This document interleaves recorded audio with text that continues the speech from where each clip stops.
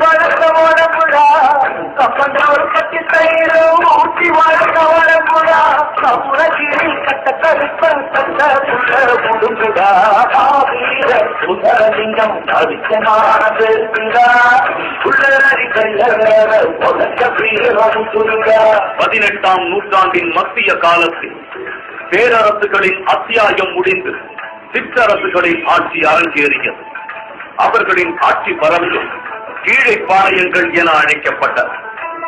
அதில் ஒரு அங்கம்தான் பாஞ்சை பகுதியான பாஞ்சாலங்குறிச்சி.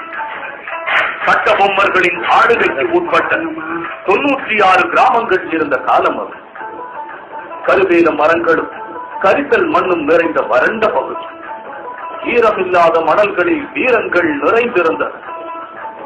மக்கள் வாழ்க்கையோ கால்நடை மேய்த்தலும் வேட்டையாடுதலுமாய் அமைந்தது. சேவல் சண்டை, தடுகுடு விளையாட்டு என்பதில் அன்றாட வாழ்க்கையின் பொழுதுபோக்கு ஆயிற்று. பாஞ்சாலங்குறிச்சிக்கு அருகில் உள்ள செவினகிரி தன்னுள் ஒரு வீரம் இருப்பதை அறியாதிருந்தது.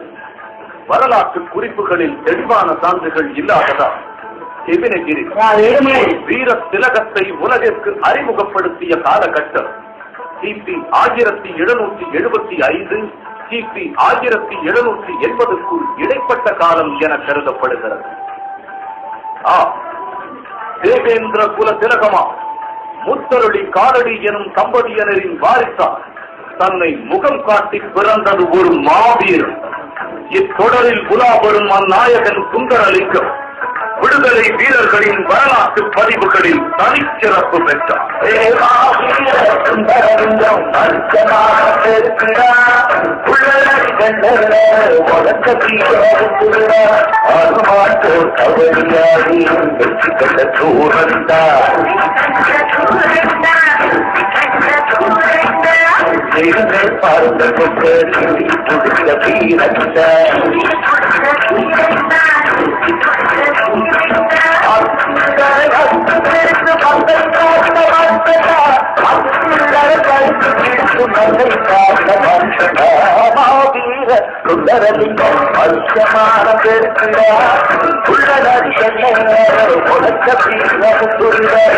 தடுகுடு விளையாட்டில் வித்தகனான சுந்தரலிங்கம் வாலிப வயது அரசியல் விளையாட்டிலும் மண்ணாசை மனிதர்களின் ஆசையில் மண்ணள்ளி போடுவதிலும் வித்தகனான எட்டய பொருட்டு மன்னருக்கு சொந்தமான தருவை குளம் வயல்களுக்கு அவ்வூர் கண்மாயை நீர்வரத்துக்கான மூலம்.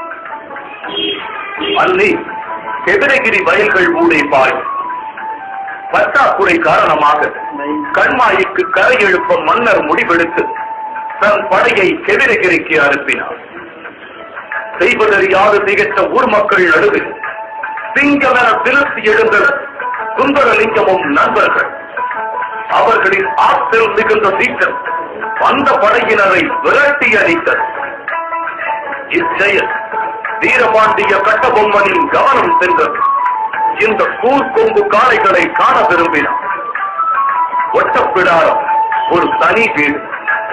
கட்டபொம்மனின் ஆணைப்படி அவ்விடம் சுந்தரலிங்கம் வரவழைக்கப்பட்டார். வர சொன்ன கட்டபொம்மன் வரவில் விருந்தினர் இருவர் வந்தனர்.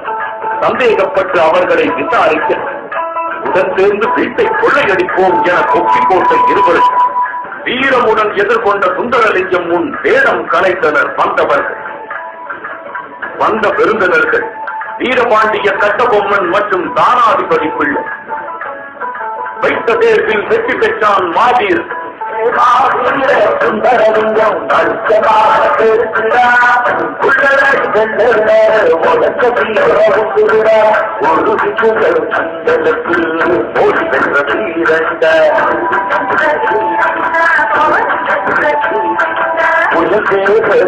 குதிரை அழுத்தியாண்ட செங்கண்ட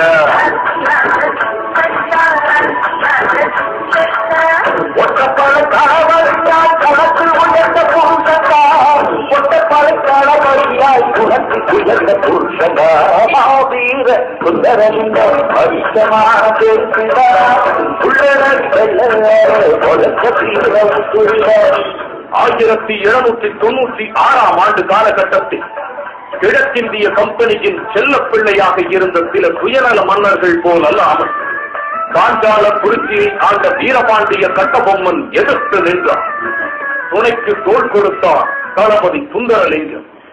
பின்பொரு பொழுது முன்னறிவிப்பு இன்றி பாஞ்சால கோட்டை வெள்ளையர்களால் சுற்றி வளைக்கப்பட தீர்க்கமான முடிவொன்றை எடுத்தான் சுந்தரலிங்கம். முடிவில் தெரியும். சுந்தரலிங்கம் மாமன் மகள் வடிவு ஒரு முன்கிரவு பொழுது ஆடுகளை கிடையில் சேர்க்க ஆவாரம் காட்டில் வந்து கொண்டிருந்தார். ஆடுகளோடு ஆடா தளபதி சுந்தரலிங்கம் பாஞ்சாலம் கோட்டையை தகர்க்க வெள்ளையர் ஒரு வெடிமருந்து கிடங்கை அமைத்த இடம் அருகே ஆடுகளின் அணிவகுப்பு. இப்போது அருகில் இருந்த தீப்பந்தம் தளபதி சுந்தரலிங்கத்தின் கையில். ராஜ விசுவாசம் எனும் சொல் புத்துயிர் பெற்றது.